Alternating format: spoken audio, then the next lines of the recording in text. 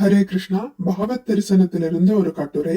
ஸ்ரீல பிரபுபாதருடன் ஓர் உரையாடல். வழங்கியவர் தெய்வ திரு ஆனாச்சான பக்திவேதாந்த சுவாமி ஸ்ரீல பிரபுபாதா அவர்கள்.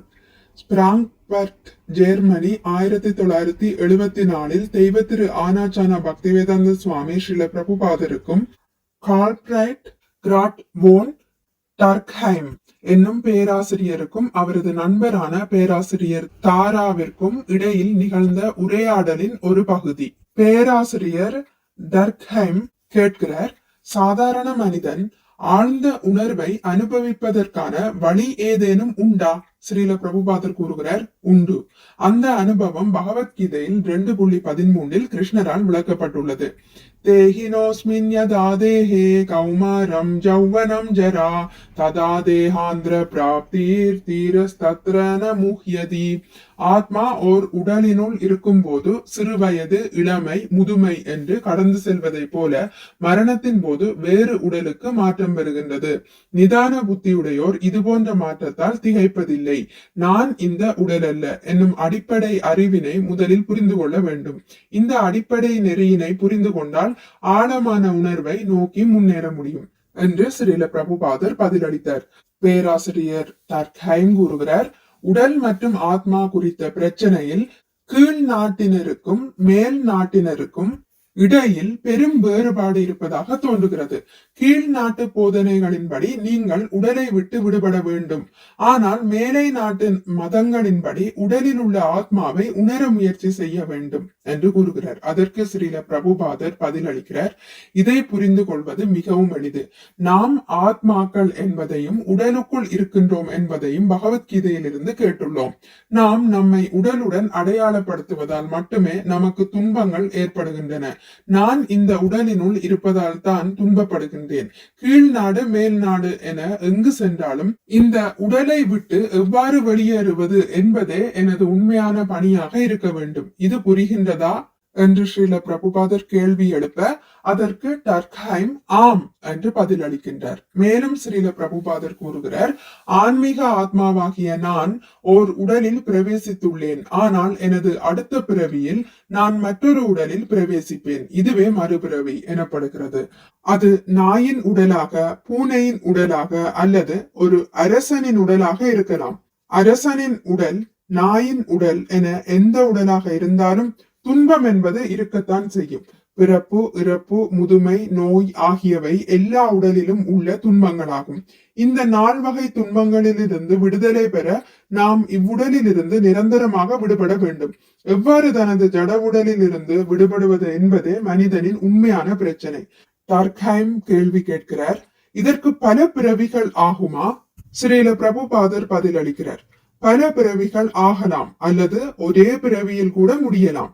உங்களுடைய துன்பங்கள் உடலால் நிகழ்பவை என்பதை நீங்கள் புரிந்து கொண்டால் உடலிலிருந்து எவ்வாறு விடுபடுவது என்பதை நீங்கள் வினவ வேண்டும். அதற்கான அறிவை நீங்கள் பெற்றுவிட்டால் உடலில் இருந்து எவ்வாறு உடனடியாக விடுபடுவது என்னும் உபாயத்தை நீங்கள் தெரிந்து கொள்வீர்கள். டர்க்ஹைம் கேட்கிறார், அதற்காக உடலை கொல்ல வேண்டும் என்று பொருள் அல்ல, அப்படித்தானே? ஆத்மா உடலில் இருந்து வேறுபட்டது என்பதை உணர வேண்டும், சரியா? ஸ்ரீல பிரபுபாதர் பதிலளிக்கிறார், உடல் கொல்லப்பட தேவையில்லை. உங்களது உடல் கொல்லப்படுகிறதோ இல்லையோ, ஒரு நாள் நீங்கள் உங்களது தற்போதைய உடலை விட்டு வெளியேறி வேறு உடலை ஏற்க வேண்டி இருக்கும். இது இயற்கையின் சட்டம். இதனை நீங்கள் தவிர்க்க இயலாது. டர்க்ஹைம் கூறுகிறார், கிறிஸ்துவ மதத்திற்கு இணக்கமான சில கருத்துகள் இங்கும் இருப்பதாக தெரிகிறது. ஸ்ரீல பிரபுபாதர் கூறுகிறார், நீங்கள் கிறிஸ்துவரா, முஸ்லீமா, இந்துவா என்பது முக்கியமல்ல. அறிவு அனைவருக்கும் பொதுவானது. அது எங்கே கிடைத்தாலும் அதனை ஏற்றுக்கொள்ள வேண்டும். ஒவ்வொரு உயிர்வாளியும் ஜட உடலில் சிறைப்பட்டுள்ளான். இதுவே அறிவு. இந்த அறிவு இந்துக்கள், முஸ்லிம்கள், கிறிஸ்துவர்கள் என அனைவருக்கும் பொருந்தும். உடலில் ஆத்மா சிறைப்பட்டிருப்பதால் பிறப்பு, இறப்பு, முதுமை, நோய் ஆகியவற்றால் துன்பப்பட வேண்டும். ஆனால் நாம் எல்லாரும் நித்தியமாக வாழ விரும்புகிறோம். முழு அறிவை பெற விரும்புகிறோம். பேரின்பத்தை அடைய விரும்புகிறோம்.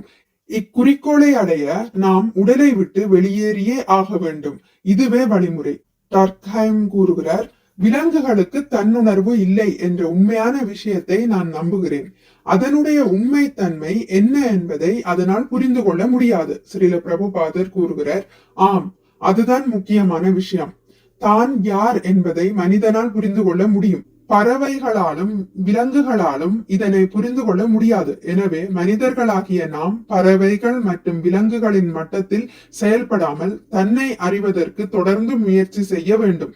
அதாதோ பிரம்ம ஜிக்ஞாசா, மனித வாழ்க்கை பூரண உண்மையை பற்றி சிந்திப்பதற்காகவே உள்ளது. மனித வாழ்வின் நோக்கம் அதுவே. விலங்குகளை போன்று உண்பதும் உறங்குவதும் அல்ல. பூரண உண்மையை அறிவதற்கான கூடுதல் அறிவை நாம் பெற்றுள்ளோம். ஸ்ரீமத் பாகவதம் காண்டம் 1 அத்தியாயம் 2 பதம் 10 பின்வருமாறு கூறப்பட்டுள்ளது. காமஸ்யனேந்திரிய பிரீதிர் லாபோ ஜீவேத யாவதா ஜீவஸ்ய தத்வ ஜிக்ஞாசா நார்த்தோ யஸ்ஸேஹ கர்மபிஹி.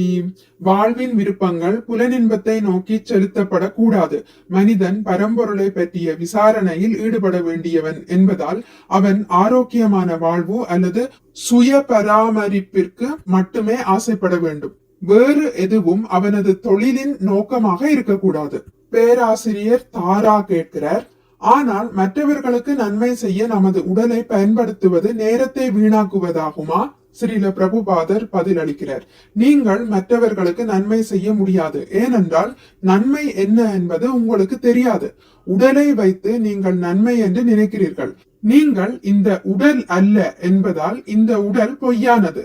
உதாரணமாக, நீங்கள் ஓர் அறையில் தங்கி இருக்கலாம். ஆனால் நீங்கள் அந்த அறை அல்ல. அந்த அறை ஆக முடியாது.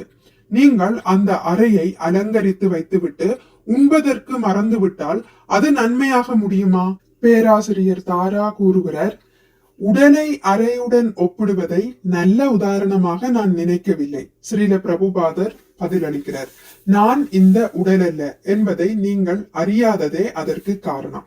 தாரா கூறுகிறார், நாம் அறையை விட்டு வெளியே சென்று விட்டாலும் அறை அப்படியே இருக்கும். ஆனால் உடலை விட்டு வெளியேறிவிட்டால் உடல் இருப்பதில்லை. ஸ்ரீல பிரபுபாதர் கூறுகிறார், வீடு அழிந்து போய்விடுவதும் இறுதியாக நேரக்கூடிய ஒன்றே. பேராசிரியர் தாரா மீண்டும் கேள்வி கேட்கிறார், நான் என்ன சொல்கிறேன் என்றால், உடலுக்கும் ஆத்மாவுக்கும் நெருக்கமான தொடர்பு இருக்க வேண்டும். ஒரு வகையான ஒற்றுமை குறைந்தபட்சம் நாம் உயிருடன் இருக்கும் வரை. ஸ்ரீல பிரபுபாதர் கூறுகிறார், இல்லை, அது உண்மையான ஒற்றுமை அல்ல.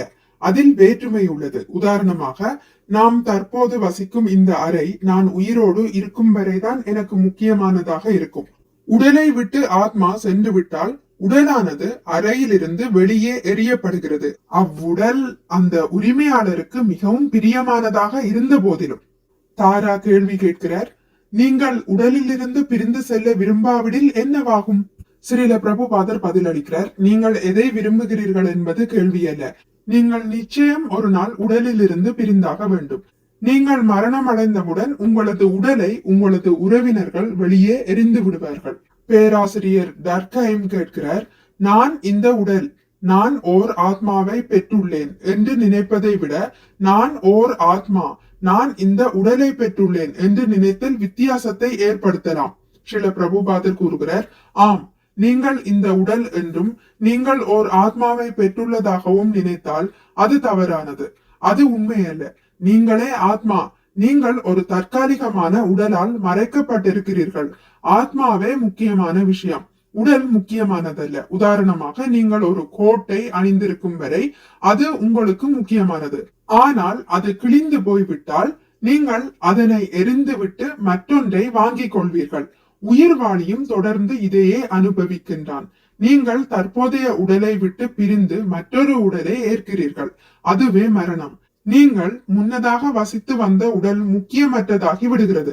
நீங்கள் இப்போது வாழும் உடல் விரைவில் முக்கியமற்றதாகிவிடும். குறுகிய காலத்தில் மாறிவிடக்கூடிய உடலுக்கு மனிதர்கள் இவ்வளவு முக்கியத்துவம் கொடுப்பது பெரிய பிரச்சனையே. மனிதர்களாகிய நாம் பறவைகள் மற்றும் விலங்குகளின் மட்டத்தில் செயல்படாமல் தன்னை அறிவதற்கு தொடர்ந்து முயற்சி செய்ய வேண்டும். அதாதோ பிரம்ம ஜிக்ஞாசா, மனித வாழ்க்கை பூரண உண்மையை பற்றி சிந்திப்பதற்காகவே உள்ளது. மனித வாழ்வின் நோக்கம் அதுவே. விலங்குகளை போன்று உண்பதும் உறங்குவதும் அல்ல. பூரண உண்மையை அறிவதற்கான கூடுதல் அறிவை நாம் பெற்றுள்ளோம் என்று ஸ்ரீல பிரபுபாதர் பதிலளித்தார். மிக்க நன்றி. ஹரே கிருஷ்ணா. உங்களுக்கு இந்த வீடியோ பிடித்திருந்தால் லைக் பண்ணுங்கள், ஷேர் பண்ணுங்கள், சப்ஸ்கிரைப் பண்ணுங்கள். நோட்டிபிகேஷன் பெல்லை அழுத்துவதன் மூலம் அடுத்த பதிவுகள் உங்களை வந்தடையும். பகவான் ஸ்ரீ கிருஷ்ணரை பற்றி கேட்டு மகிழ்வோம். ஹரே கிருஷ்ணா.